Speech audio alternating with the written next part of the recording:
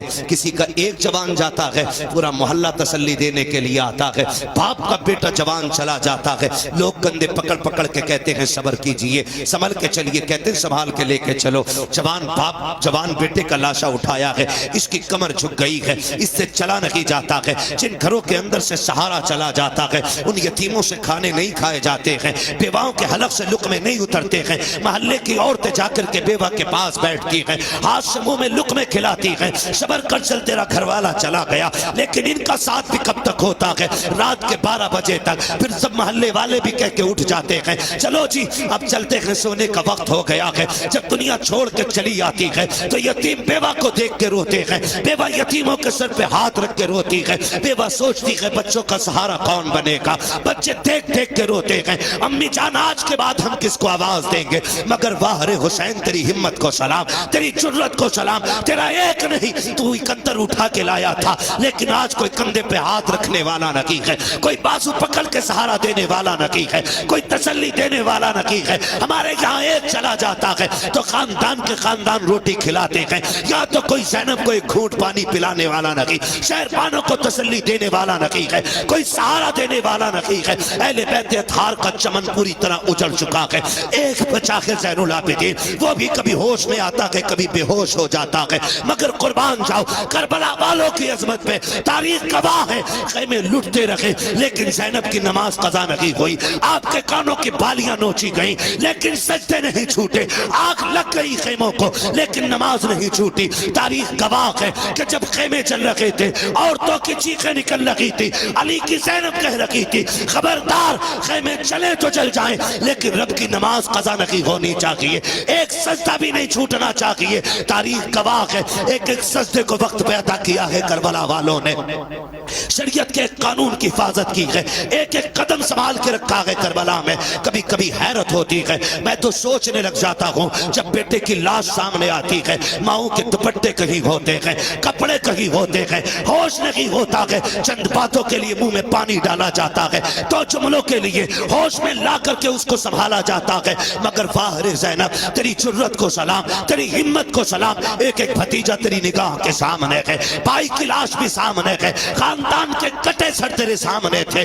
لیکن تو نے ہوش نہیں کھویا۔ ہم جانتے ہیں اگر تیرا ہوش چلا جاتا تو امت کو ہوش کون دلاتا، اگر تیرے قدم پھسل جاتے تو امت کے قدم کون سنبھالتا۔ ایک ایک لمحے حفاظت کی ہے، خدا کی قسم تاریخ گواہ ہے، جس زین العابدین کو بار بار ہوش ہو رہے تھے، ہوش آ رہے تھے، ان کو بھی قتل کرنے کی کوشش کی گئی، سیدہ زینب سامنے آئی، لوگ کہتے ہیں مجبوری تھی، نہیں علی کی بیٹی کا تیور دیکھو۔ جب امام زین العابدین کو قتل کرنے کی باری آئی یزیدی آگے بڑھے، حضرت امام زین العابدین کو قتل کرنے کے لیے سیدہ زینب آگے آ گئی، چہرے پہ پردہ پڑا گئے، تیور بدل گئے، لہجہ علی کا تھا، خبردار جرت نہ کرنا، یہ مت سمجھنا علی کا گھر ویران ہو چکا ہے، اگر ایک بھی قدم بڑھایا تو اب علی کے تیور علی کی بیٹی دکھا دے گی، اس کے بازو میں تمہیں علی کی طاقت نظر آئے گی۔ وہ لہجہ تھا سیدہ زینب کا کہ ایک ایک کے ہاتھ کانپ گئے، تلواریں چھوٹ گئی، کسی میں جرت نہیں تھی امام سجاد کی طرف قدم بڑھا دیتا۔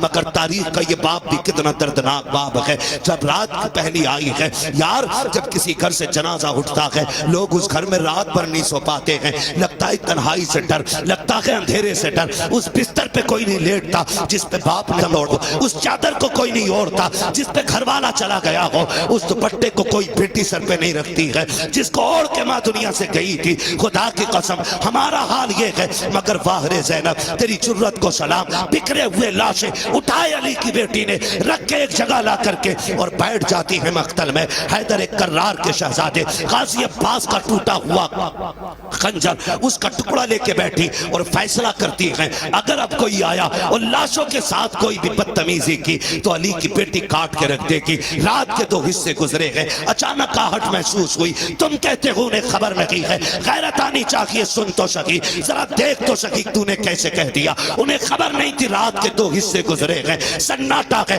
ہر طرف تنہائی تنہائی ہے، خاموشی ہے، درد چھایا ہے کربلا کی زمین پر، کوئی کسی کو یاد کرنے تیار نہیں، ہر کوئی اپنے غم میں ڈوبا ہوا ہے۔ خدا کی قسم ایسے حال میں بھی جب رات کا آدھا حصہ گزرا ہے، سیدہ زینب بیٹھی ہیں، کسی کے آنے کی آہٹ محسوس ہوئی، آپ نے اپنے آپ کو سنبھالا، کہا ٹھہر جا، کون ہے یہاں آنے کی جرت نہ کرنا۔ آنے والے نے کہا بیٹی مجھے آنے دے، میں بڑی دور سے آیا ہوں۔ آپ کہتی ہیں اچھا آئیے۔ جب آنے والے نے بیٹی کہا نا، اس کے لہجے میں پیار نظر آیا۔ سیدہ زینب کہتی ہیں آئیے کیا بات ہے؟ آنے والے نے پوچھا بتا بیٹی تو کون ہے؟ کہا میں فاطمہ بنت علی ہوں، میں زینب بنت علی ہوں، کہ میں علی کی بیٹی ہوں۔ کہا یہ لاشیں کس کے پڑے ہیں؟ کہا یہ راکب دوش پیغمبر کا لاشا ہے، یہ جو قبر چھوٹی سی یا اصغر کی قبر ہے۔ تاریخ مختلف طرح سے ملتی ہے، بعض تاریخوں میں یہ بھی ملتا ہے کہ یہ جو چھوٹی لاش ہے یہ اصغر کی لاش ہے، یہ جو ٹکڑے پڑے ہیں یہ قاسم کے بدن کے ٹکڑے ہیں، یہ جو چمکتا بدن ہے